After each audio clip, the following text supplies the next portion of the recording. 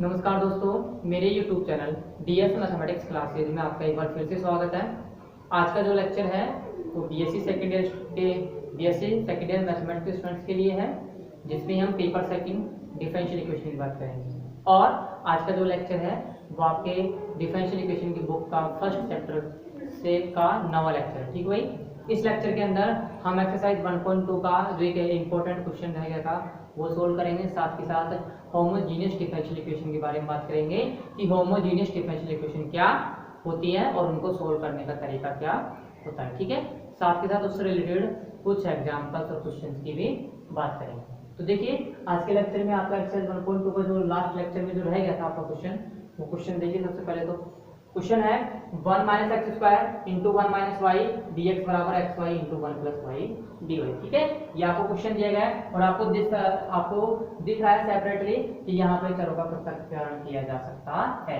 क्या नहीं मतलब है, एक्स डी एक्स के साथ एक्स के टर्म्स को कंटेन कर सकते हो और डी वाई के साथ वाई के टर्म्स शामिल कर सकते हो। ठीक है, तो सबसे पहले आप यहाँ पे कौन सी विधि अप्लाई करोगे? चरों के पृथक्करण विधि। ठीक है, तो चरों के पृथक्करण विधि से आप क्या लिख सकते हो? चरों की पृथक्करण विधि से। ठीक है, तो देखिए यहां से आपको करना क्या है, dx के साथ x की टर्म्स लेनी है और dy के साथ आपको y की सभी टर्म्स लेनी है। ठीक है, तो देखो क्या हो जाएगा, 1 माइनस एक्स स्क्वायर बटा x इंटू डी एक्स बराबर y into 1 plus y upon 1 minus y into d y. ठीक है, आप देखिए यहाँ पे सेक्स का भाग दो, तो सेक्स का जब भाग देते हैं तो एक टर्म तो आती है 1 अपॉन एक्स और एक आती है माइनस का एक्स। ठीक है, इंटू डी एक्स। ठीक है, इसी प्रकार अब आप यहाँ पे देखते हो कि यहाँ पे हर में y की घात कितनी है? 2 और अंश में y की घात कितनी है? अंश में y की घात है 1। ठीक है, इसको कैसे सोल्व करना है? या तो इस 1 माइनस वाई के इसमें भाग दो, ठीक है, या फिर इसमें से कोई ऐसा एक फैक्टर बनाओ जो कि किससे कैंसिल हो जाए? इस 1 माइनस वाई से कैंसिल हो जाए। ठीक है, तो क्या करना है आपको कुछ नहीं करना। सबसे पहले तो आप यहाँ से माइनस कॉमन निकालो, इसको क्या बनाओ आप? माइनस वाई 1 माइनस वाई को y माइनस 1 बनाओ। ठीक है, तो सबसे पहले आप यहाँ से माइनस कॉमन निकालिए, तो मैंने कॉमन निकाल लिया, तो ये तो हो गया minus y into y plus 1 into d y बटा वाई माइनस 1। ठीक है, अब आप देखते हो यहाँ पे आप इस y में 1 ऐड करो और 1 लेस करो, तो जब 1 लेस करते हो तो y माइनस 1 की टर्म आती है, वो किससे कैंसिल हो जाएगी? इस y माइनस 1 से कैंसिल हो जाएगी। ठीक है, तो आप सबसे पहले यहाँ पे क्या करो, 1 लेस करो और 1 को ही ऐड करो। ठीक है, तो देखो यहाँ पे क्या आएगा, minus y into y minus 1 plus 2। ठीक है, आपने माइनस 1 लेस किया तो माइनस 1 लेस करने के पश्चात आप 1 जोड़ोगे भी, 1 जोड़ोगे तो 1 और 1 कितना हो जाएगा? टोटल 2 हो जाएगा। ठीक है, कितना हो जाएगा? 2। तो ये हो जाएगा minus y into y minus 1 plus 2 upon y minus 1। अब इस वाई माइनस 1 का भाग दो इसमें, इस वाई माइनस 1 का यहाँ इसमें भाग देते हो तो क्या आएगा? सिर्फ माइनस का वाई, और इसमें भाग देते हो तो माइनस का 2 अपॉन वाई माइनस 1। ठीक है, तो देखो 1 upon x minus x into d x बराबर minus y into d y. ठीक है, minus 2 upon y minus 2 y upon y minus 1 into d y. ठीक है, अब आगे आप देखो, आगे आप यहाँ पर देखते हो हर की घात में कितनी है?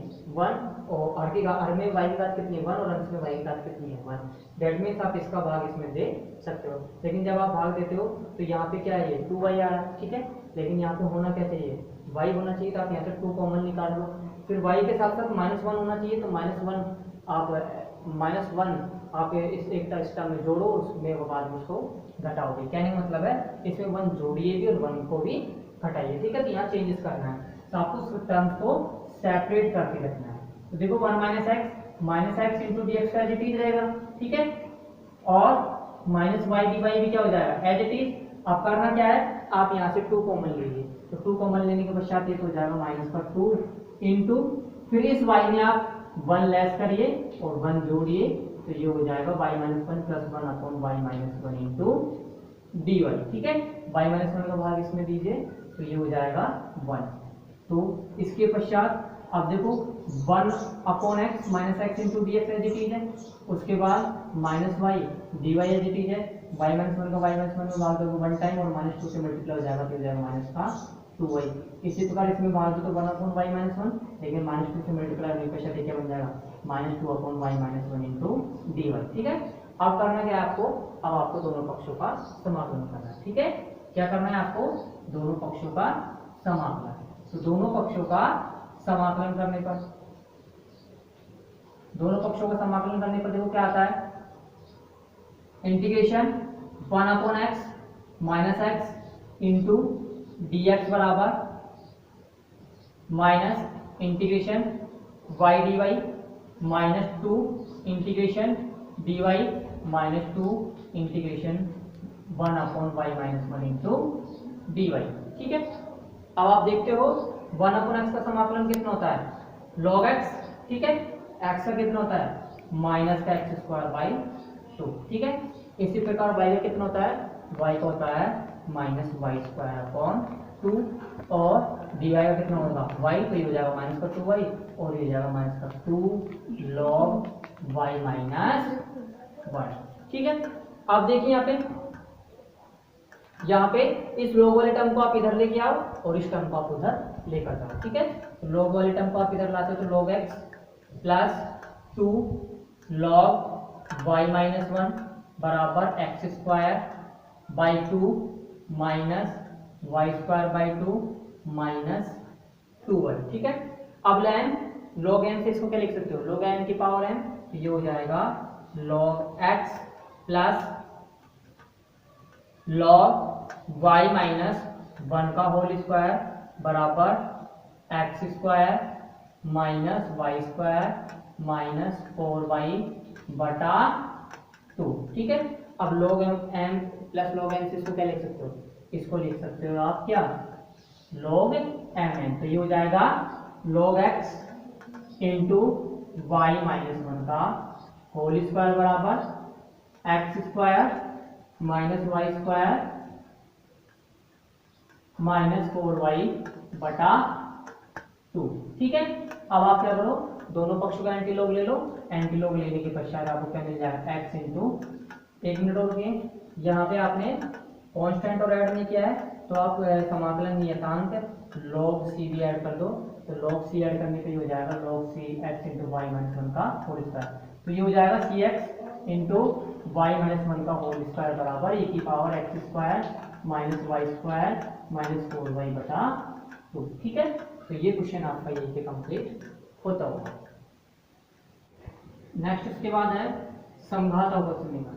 ठीक भाई, नेक्स्ट आपका टॉपिक है वो है समघात अवकल समीकरण या होमोजीनियस डिफरेंशियल इक्वेशन। ठीक भाई, होमोजीनियस डिफरेंशियल इक्वेशन क्या होती है जो आप बताएंगे, आपको प्रथम कोटि तथा प्रथम घात के अवकल समीकरण के बारे में बताया था। ठीक है, प्रथम कोटि तथा प्रथम घात के अवकल समीकरण के बारे में बताया था, लेकिन उसका भी एक और रूप होता है।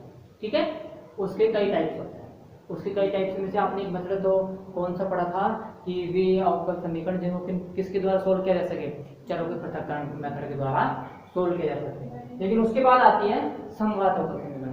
समघात अवकल समीकरण होती क्या है कि वह उसका अवकल समीकरण जिसमें x तथा y की घातों का, कहने मतलब है वह अवकल समीकरण जिसमें प्रत्येक पद में x तथा y की घातों का योग का सम क्या होना, योग क्या होना चाहिए, उनकी घातों का योग हमेशा समान होना चाहिए।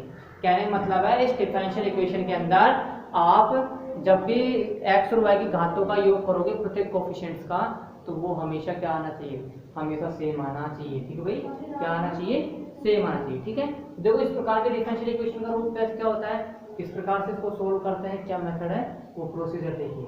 देखो भाई, आपको प्रथम कोटि तथा प्रथम घात के अवकल समीकरण दी गई। ठीक है, जिसको आप इस प्रकार से भी लिख सकते हो, dy अपॉन dx बराबर f1 of xy upon f2 of xy। ठीक है, ये आपके कौन से डिफरेंशियल इक्वेशन में, प्रथम कोटि तथा प्रथम घात की। अब देखो इस फंक्शन को इससे मल्टीप्लाई करो और फिर इसको इसमें ऐड कर दो, यानी मतलब इसको इस राइट हैंड साइड में लेके जाओ, तब ये किस फॉर्म में बन जाएगा, m plus n dy upon dx form में। ठीक है, अब देखिए ये डिफरेंशियल इक्वेशन है, इस डिफरेंशियल इक्वेशन को आप समघात अवकल समीकरण कहते हैं। इस डिफरेंशियल इक्वेशन को आप समघात अवकल समीकरण बोलोगे।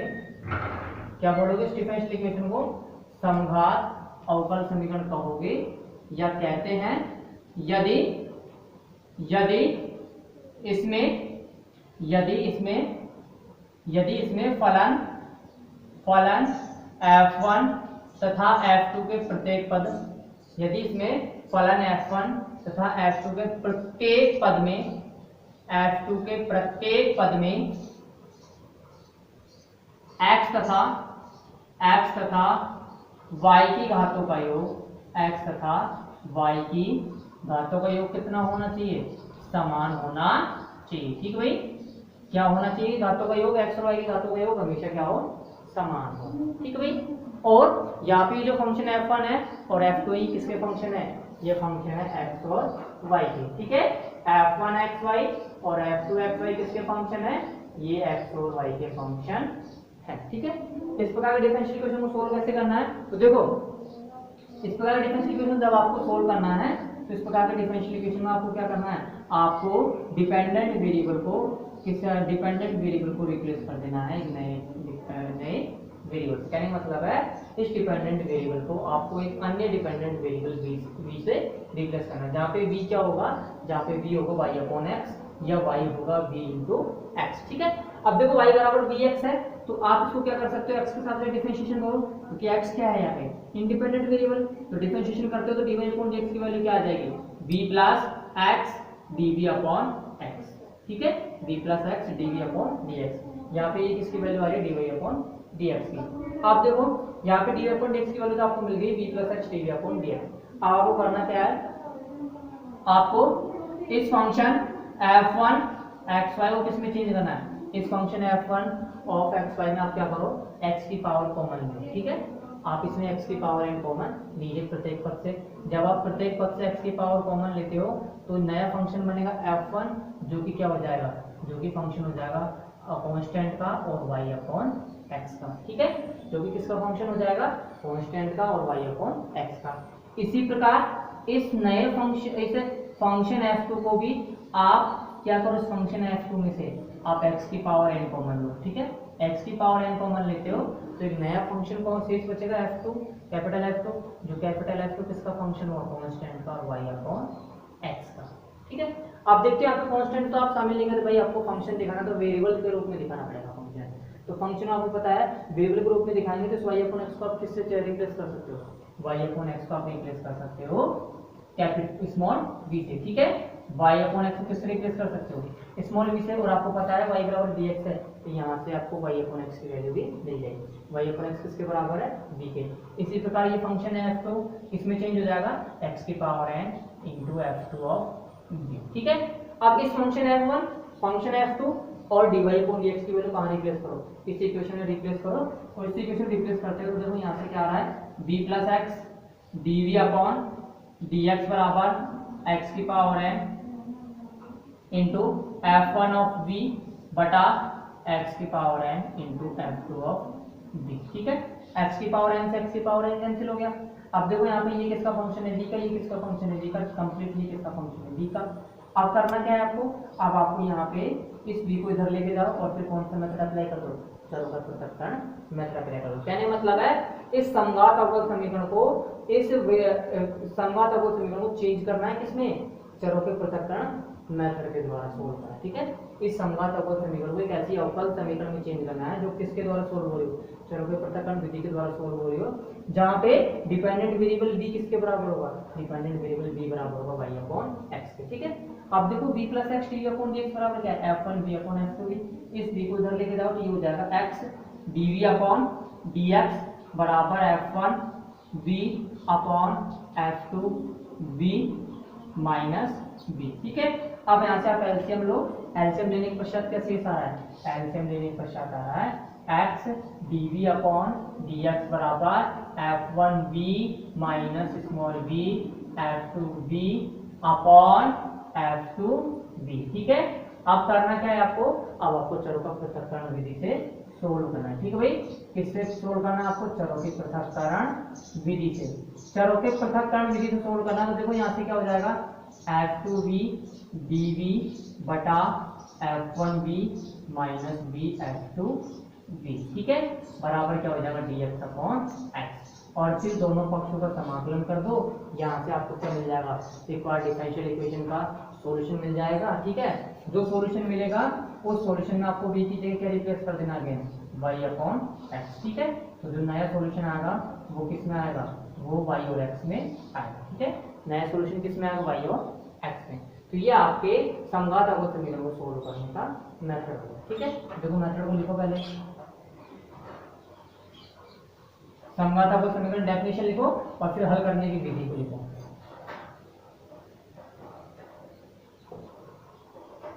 वह अवकल समीकरण, वह अवकल समीकरण जिसमें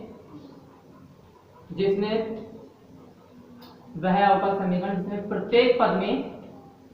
प्रत्येक पद में x तथा y की घातों का योग, x तथा y की घातों का योग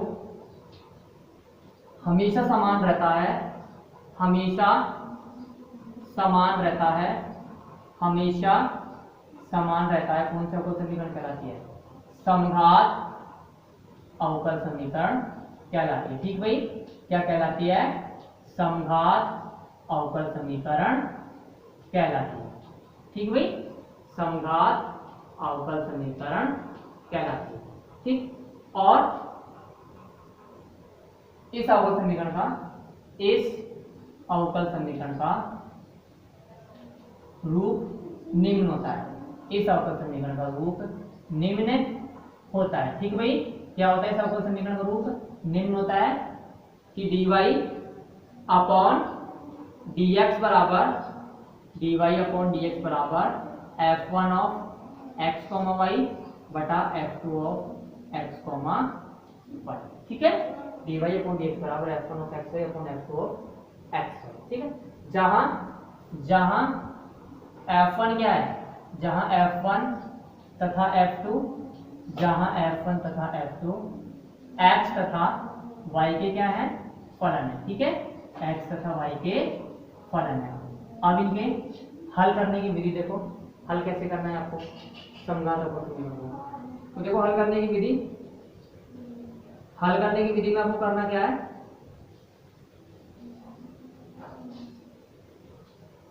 समघात अवकल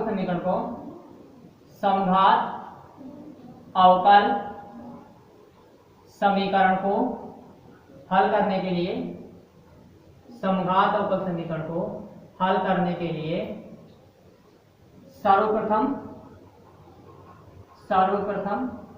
समघात अवकल समीकरण को हल करने के लिए सर्वप्रथम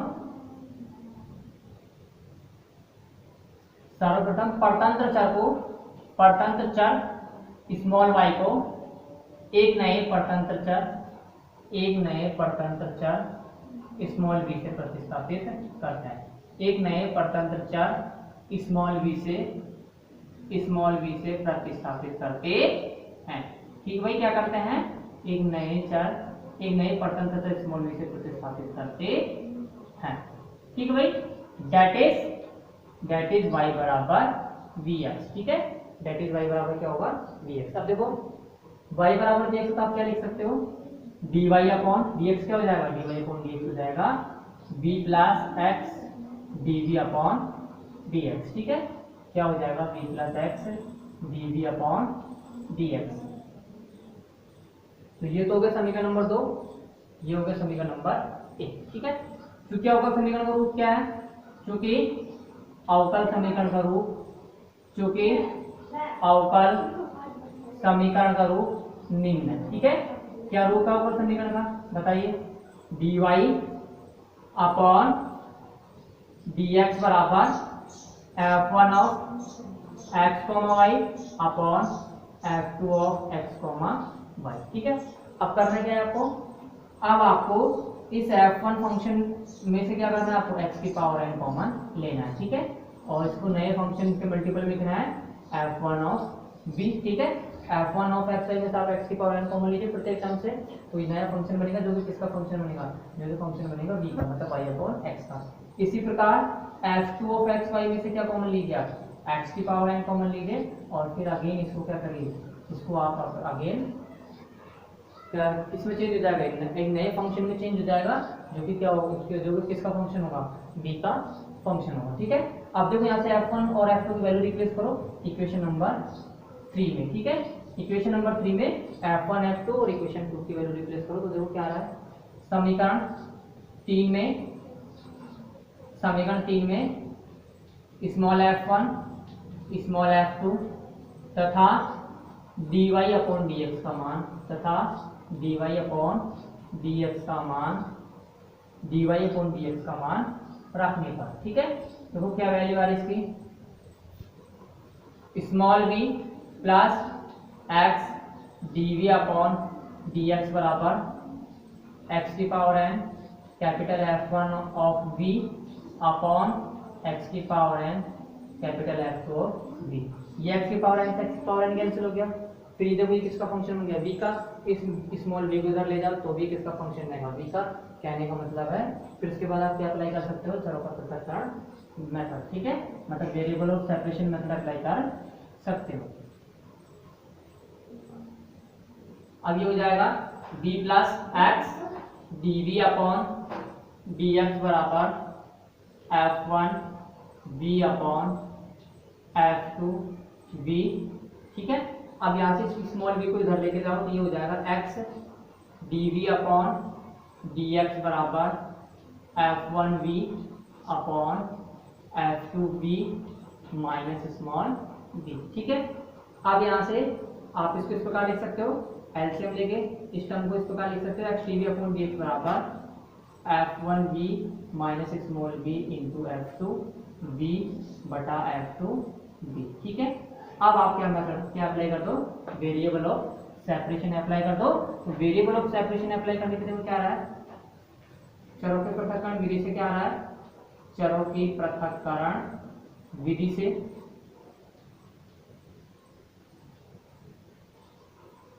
इससे क्या आ रहा है,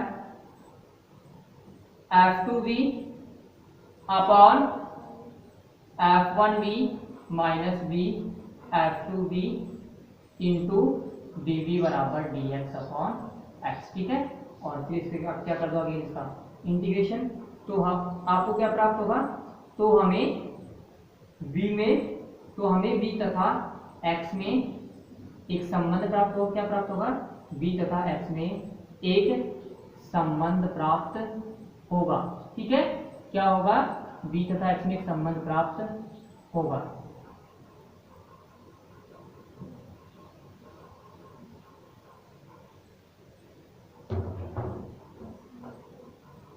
जिसमें v का मान प्रतिस्थापित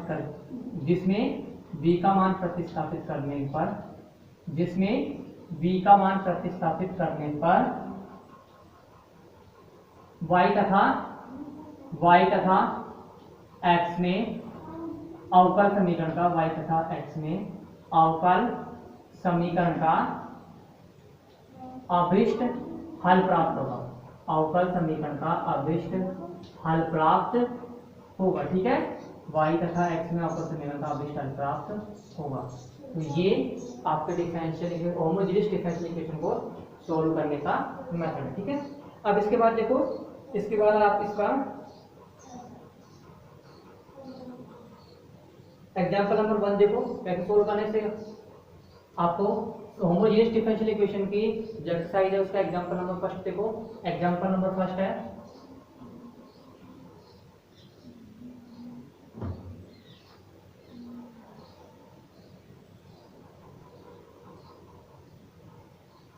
example number first, x square y minus 2x y square into dx minus x cube minus 3x square y dy बराबर 0। ठीक है, ये आपको डिफरेंशियल इक्वेशन दी गई है, आपको कैसे चेक करना है कि होमोजेनियस है कि या नहीं। तो देखो इसमें करना क्या है, सिर्फ प्रत्येक पद में x और y की घातों का योग देखो कितना है, x की घात 2 y की घात 1, टोटल कितना है, सम 3। इधर x और y की घातों का योग कितना है, 3। इधर भी x और y की घातों का योग 3 आ रहा है, और इधर भी x और y की घातों का योग 3 आ रहा है। कहने मतलब ये कैसे डिफरेंशियल इक्वेशन है, होमोजेनियस डिफरेंशियल इक्वेशन है। ठीक है, तो इस होमोजेनियस डिफरेंशियल इक्वेशन को सोल्व कैसे करना है, सबसे पहले इसको dy अपॉन dx रूप में लिखना है। ठीक है, तो देखो इस टर्म को आप उधर लेके जाओ, राइट हैंड साइड में क्या हो जाएगी, पॉजिटिव बन जाएगी। तो क्या बनेगी next equation, x square y minus 2xy square into dx बराबर x cube minus 3x square y into dy। ठीक है, अब आपको क्या किस रूप में लिखना है, dy अपॉन dx बराबर है f1 of xy upon x4 xy। तो dy अपॉन dx रूप में लिखो, तो dy अपॉन dx बराबर हो जाएगा, dy अपॉन dx बराबर हो जाएगा x square y minus 2x y square बटा x cube minus 3x square y. ठीक है, मतलब आपने किस रूप में लिख दिया, dy अपॉन dx बराबर है f1 of xy upon x4 xy। ठीक है, जो कि क्या है, जो कि समघात अवकल समीकरण। ठीक है, जो कि समघात अवकल समीकरण। ठीक है भाई, जो कि क्या है, समघात अवकल समीकरण।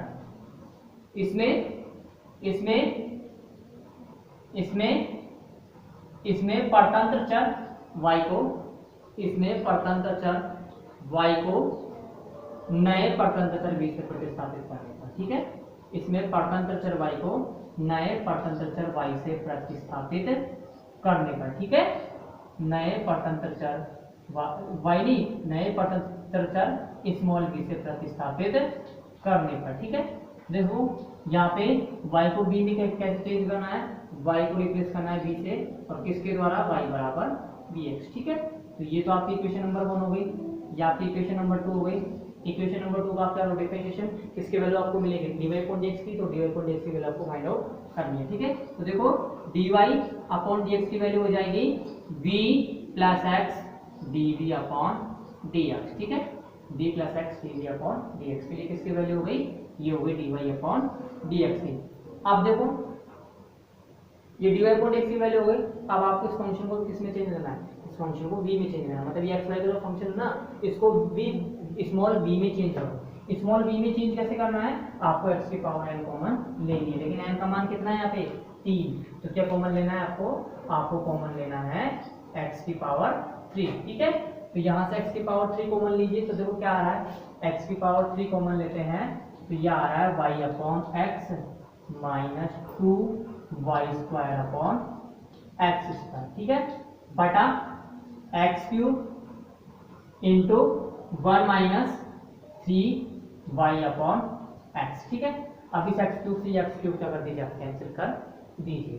अब y अपॉन एक्स की वैल्यू क्या है, y अपॉन एक्स की वैल्यू है b, और dy अपॉन dx की वैल्यू क्या है, dy अपॉन dx की वैल्यू है b plus x dv upon dx। ठीक है, तो ये हो जाएगा b plus x dv upon dx बराबर v माइनस 2v स्क्वायर बटा 1 माइनस 3v। ठीक है, तो ये आपकी डिफरेंशियल इक्वेशन चेंज हो गई v और x में। ये किसका फंक्शन है, v का, तो इस v को इधर लेके जाओ, और v को इधर ले जाने पे ये किस में चेंज हो जाएगा, माइनस v में। ठीक है, तो ये हो जाएगा x dv अपॉन dx बराबर small v minus 2v square upon 1 minus 3v minus v। ठीक है, अब इसको सोल्व करते हो, तो सोल्व करने से क्या आ रहा है, x dv अपॉन dx बराबर v minus 2v square minus v minus कितना हो गया, प्लस 3v स्क्वायर बटा 1 माइनस 3v। ठीक है, आप देखिए इस v से ये v कैंसिल हो गया, और 2 minus 2v square plus 3v square कितना हो गया, ये हो गया आपका कितना, v स्क्वायर। ठीक है, अब देखो x dv अपॉन dx क्या हो जाएगा, x dv अपॉन dx हो जाएगा v स्क्वायर बटा 1 माइनस 3v। अब क्या करना है आपको, कौन सा मेथड अप्लाई करना है, अब आपको चरों का पृथक्करण विधि अप्लाई करनी है। ठीक है भाई, चरों की पृथक्करण विधि से। ठीक है, क्या करना है आपको, चरों की पृथक्करण विधि अप्लाई करनी है। आप देखो इससे आप क्या लिख सकते हो, इससे आप लिख सकते हो 1 minus 3v upon v square into dv बराबर dx अपॉन x। ठीक है, अब इस v स्क्वायर का भाग दीजिए आप, बी स्क्वायर का जब आप भाग देते हो तो यहाँ पे क्या आ रहा है 1/b² minus 3/b into dv बराबर dx/x। ठीक है, और फिर इसका क्या कर दो, समाकलन कर दो। तो 1/b² का समाकलन कितना होगा, 1/b² का समाकलन होगा -1/b। ठीक है, और 1/b कितना होगा, 1/b का होगा log b। इसी प्रकार 1/x को हो जाएगा log x, और साथ में आप क्या ऐड कर लो, कांस्टेंट c ऐड कर लो। ठीक है, तो ये हो जाएगा log c। ठीक, अब देखिए